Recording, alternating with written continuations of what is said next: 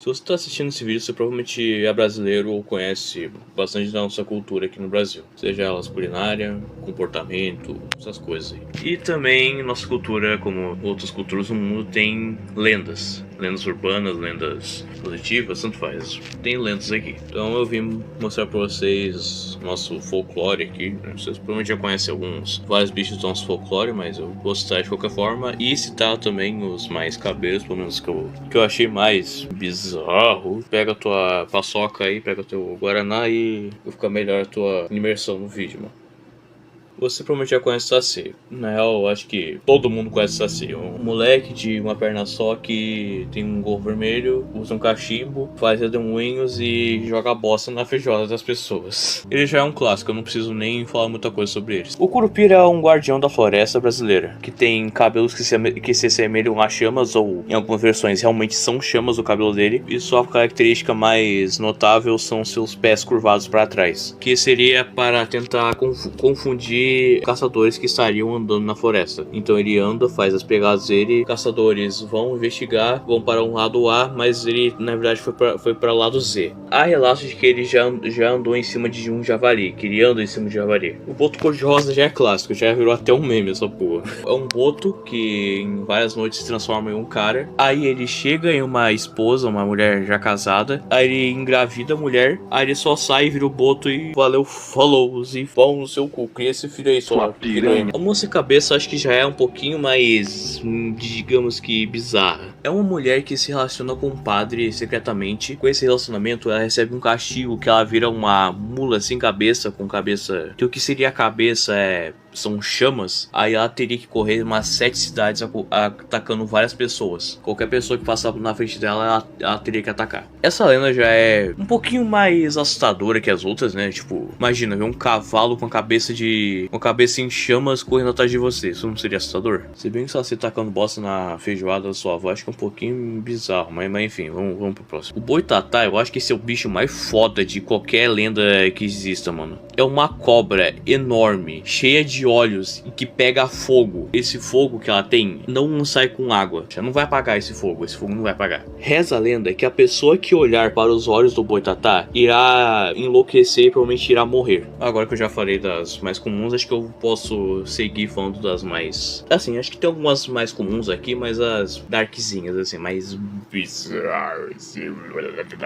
A loira do banheiro. Uma lenda lá do sudeste e do sul do Brasil. Era uma menina que frequentava a escola, até que ela foi no banheiro e se acidentou e acabou tropeçando e dando de cabeça na pia do banheiro, morrendo na hora. Aí toda vez que você fizer um ritual que, pelo que eu me lembre, fechar todas as portas, apagar todas as luzes, bater 3 vezes na porta do banheiro, assim, da escola, aí você teria que olhar pro espelho e ela iria aparecer lá. Não sei se ela ia só dar um susto ou ia te matar, mas... Chupacabra. Ô, Risonho, mas o chupacabra não é lenda do México? É, mas é do México, mas ela também é do Brasil também. Mano, lá pro nordeste e norte do Brasil, a aparência mais aceita é de que ele seja parecido com um coiote maior e sem pelos. E sua característica mais, digamos que, mais normal que ele tem é de matar as presas que ele caça sugando o sangue delas, não comendo a carne delas, sugando o sangue. A teoria de que, na verdade, esse negócio do chupacabra, na verdade, seriam os cães de guarda dos moradores que acabam se escapando das suas casas e atacando os animais, mas não querendo comer, só vai saber porque um cachorro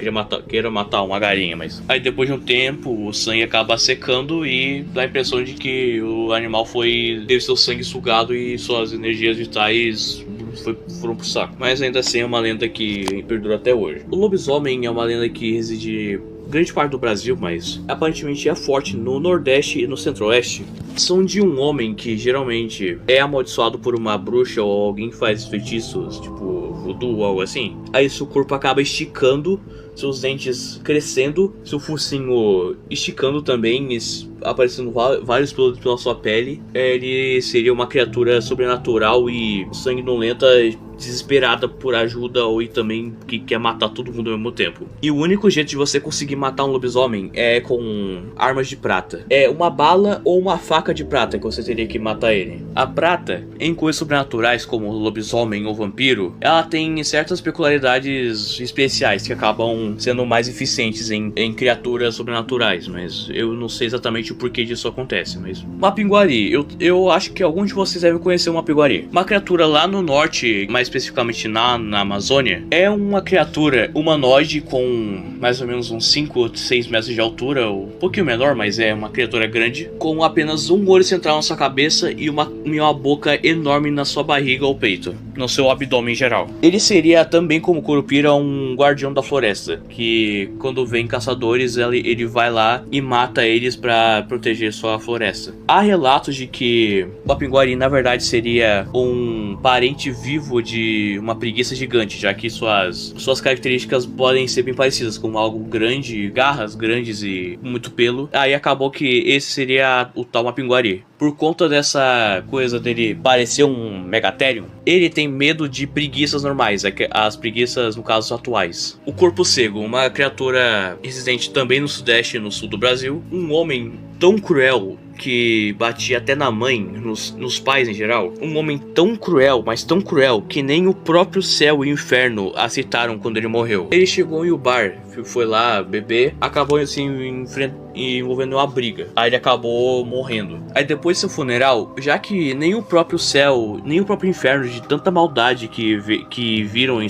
sua alma, a própria terra literalmente expeliu ele pra fora. Agora ele está vagando como fosse um zumbi. Porém, desde aquela época, que se passam, eu imagino que vários anos, então ao longo do tempo ele ficou se enfraquecendo. Ele agora consegue fazer umas coisas peculiares. Ele escala uma árvore, aí ele espera alguém chegar perto dessa árvore sem notar ele, aí ele pula e de alguma forma a pessoa não sente que o corpo seco está nas costas dela. Aí a pessoa fica andando até chegar a um ponto que o corpo seco só larga ela. Pessoas relatam que após esse encontro elas sentiram uma sensação estranha, mas logo depois saíram quando o corpo seco abandonou o corpo delas. O Capelobo, uma criatura lá do norte e centro-oeste do Brasil. É um ser do folclore amazônico também, igual do Mapinguari. Ele é uma figura humanoide peluda com garras e uma cauda. E também, sua característica principal, uma cabeça que se assemelha à cabeça de um tamanduá. Reza a lenda que toda vez que ele se encontra com uma pessoa, ele entra em uma luta corporal com a pessoa, aí ele quebra os ossos dela, principalmente o crânio, e bota a língua dentro da carne da pessoa para consumir seus nutrientes. Ele é como se fosse uma mistura do chupacabra com o Mapinguari. Ele fica vagando na Amazônia para conseguir suas presas e se alimentar. A cabra cabriola é uma criatura do nordeste do Brasil. A lenda diz que ela é um ser humanoide se semelhando com uma cabra, com cabeça de bode, chifre de bode, tudo de bode em si,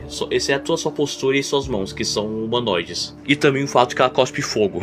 Se você for uma criança mal educada ou um adulto pau no cu, ela iria na sua casa fazer uma voz pra, tentar te convencer, talvez sua esposa ou algum conhecido seu, pra tentar te convencer a abrir a porta no meio da noite. Aí, quando você abre a porta, ela vai lá e te devora. Há uma história que é basicamente o seguinte, vou tentar resumir aqui pra vocês. Uma mãe tinha 2 crianças, aí essa mãe geralmente trabalhava de noite, ela sempre falava para suas crianças de se cuidarem e tal, e ela sempre trancava a porta. Até que a cabra cabriola viu uma oportunidade e tentou convencer as crianças, mas ela acabou não conseguindo de imediato porque sua voz e sua postura de falar não era exatamente da mãe. Então as crianças não quiseram abrir a porta e acabou que ela naquela noite ela acabou fugindo. Depois de ficar estudando o comportamento da mãe, a voz, o timbre, ela finalmente conseguiu aprender. Em uma noite que a mãe saiu, ela foi lá na porta, bateu bem de levinho, conseguiu imitar o timbre, conseguiu imitar o jeito calmo e sereno da voz da mãe deles. Aí as crianças acabaram acreditando e abriram a porta. E você já sabe o final da história, né? Por algum motivo eu tinha um medo enorme da cabra cabriola quando era criança. Eu não sei se foi o jeito que as pessoas me contaram essa lenda, ou a lenda em si era assustadora pra mim, mas, irmão, era só de citar a cabra cabriola que eu já entrava em choque, que eu já me cagava de medo.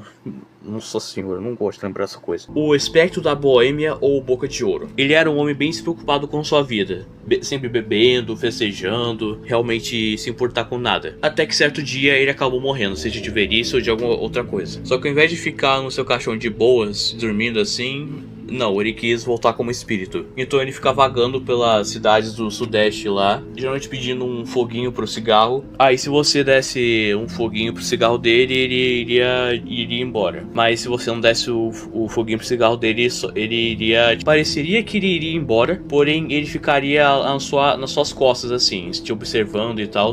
E no seu caminho de casa, ele ficaria te seguindo, assim, te assobiando atrás de você, mas ele não iria fazer nenhum mal pra vocês, até que eventualmente ele iria ficar de saco cheio, iria ficar entediado e iria só te abandonar e ir pra próxima vítima. E por que boca de ouro? Basicamente porque todos os dentes dele são compostos por ouro, todos os dentes dele são dentes de ouro. Ao longo do tempo que ele vai passando com a vítima, ele vai meio que apodrecendo até só mostrar os dentes dele. Por isso que ele ficou conhecido como Boca de Ouro. Havia um relato de um cara que ele era meio bêbado, e aí ele contou esse relato. Porém, as pessoas, não desacreditaram porque ele era bêbado. Mas ele afirmou que naquela noite em específico, ele não tinha bebido. Ele realmente tinha visto, puramente sóbrio aquela noite, visto aquele espectro. O Encourado, banda do Nordeste. Ele é um vampiro que, a princípio, ele pode parecer uma pessoa calma, ele aparece na sua porta, pede pra entrar e tal. Porém, quando você fecha a porta pra ele, quando você deixa ele entrar na casa, ele se mostra que ele na verdade é um vampiro e te mata da forma mais grotesca possível. O seu gosto por carne, ele não tem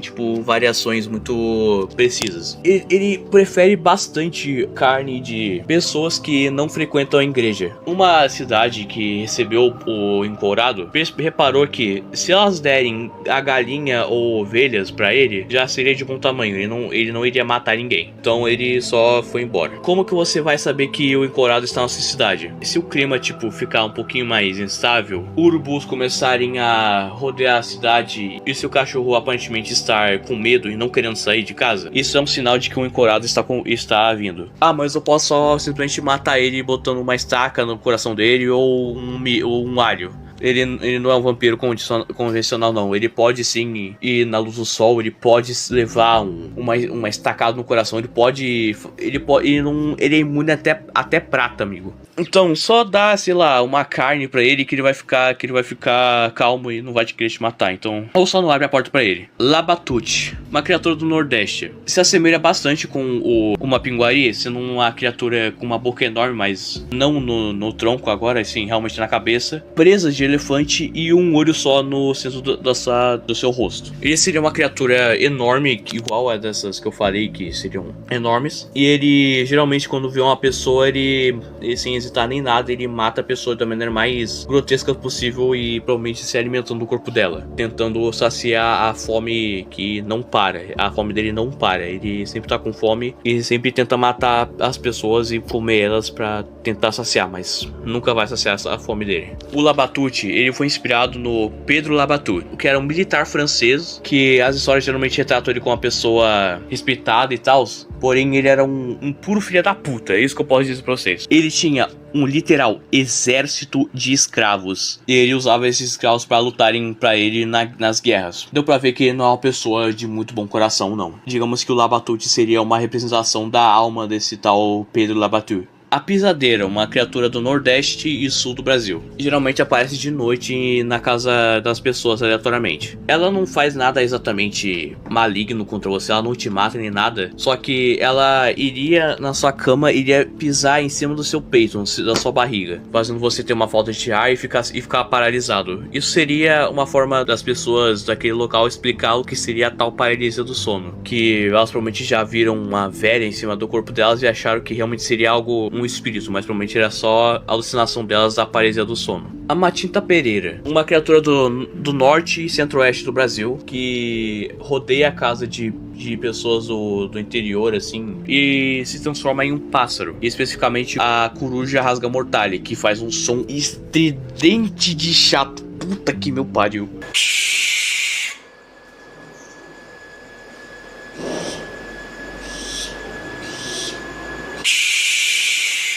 Ela fica lá rodeando até que uma pessoa lá faz um acordo com ela, se você fizer tal coisa, eu vou te dar cerveja ou picanha, qualquer coisa. Mas se a pessoa não fizer a parte dela do acordo, ela vai ficar subiando da casa dela até ela cumprir esse acordo que eles prometeram entre si. Uma coisa também que é para se pensar é que grande parte dessas histórias, elas representam coisas problemas que geralmente aconteceram na vida real. Por exemplo, o Boitatá, que seria uma alegoria provavelmente às queimas florestais, que geralmente são enormes as queimas, que as pessoas acabaram remetendo a como se fosse uma cobra enorme de fogo. E o Boto Cor-de-Rosa seria uma alegoria até do tal do... Eu não sei se eu posso falar no YouTube, mas eu acho que vocês sabem o que eu tô querendo dizer, né? Até o próprio Labatut, que eu expliquei pra vocês, que ele era como se fosse uma representação da alma do Labatut. Não são só monstros que o Brasil só quer fazer monstros porque é legal. Eles, na verdade, querem passar uma mensagem com cada uma dessas lendas. Se você tiver gostado do vídeo, deixa o like,